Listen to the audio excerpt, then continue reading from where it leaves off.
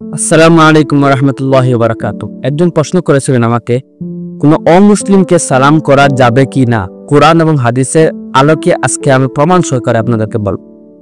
আসলে কোরআনে সরাসরি অমুসলিমকে সালাম দেওয়া যাবে বা যাবে না এ বিষয়ে উল্লেখ নেই। তবে মুসলমানদের প্রতি সালামের গুরুত্ব এবং কাফেরদের সাথে সম্পর্কে আতব কিভাবে হবে সে বিষয়ে দিক নির্দেশনা কোরআনে আছে। আল্লাহ রাব্বুল আলামিন একটি আয়াতের মধ্যে বলেন, যখন তোমাদেরকে কোনো সম্ভাষণ অর্থাৎ অভিবাদন জানানো হয় তখন তোমরা তার চেয়ে উত্তমভাবে সম্ভাষণ দাও অর্থাৎ উত্তর দাও। সূরা আন-নিসা 4 নম্বর সূরা 86 নম্বর আয়াতে বলা হয়েছে। এই আয়াতটি সাধারণত কিন্তু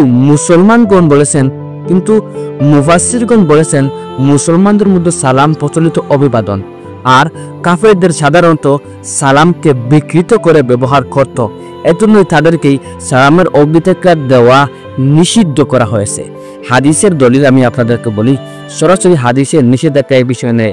তবে রাসূল করিম সাল্লাল্লাহু আলাইহি ওয়াসাল্লাম বলেছেন, তোমরা ইহুদি নাসারাদের সালামের শুরু করো না, অর্থাৎ তোমরা প্রথমে তাদেরকে সালাম দিও না। সহিহ মুসলিম 2167 নম্বর হাদিসে বলা হয়েছে। আর যদি তারা সালাম দেয় তাহলে তোমরা জবাব দিও।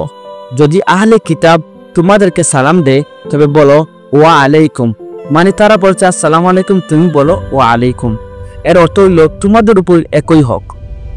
সালাম বিকৃত, আহলে কিতাবরা কখন সালামের বিকৃতি রূপ বলতো?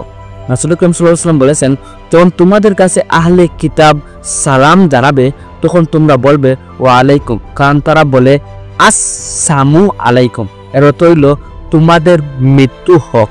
সহিহ বুখারী 6258 নম্বর হাদিসে বর্ণনা করা হয়েছে। আলেমদের ব্যাখ্যা কি?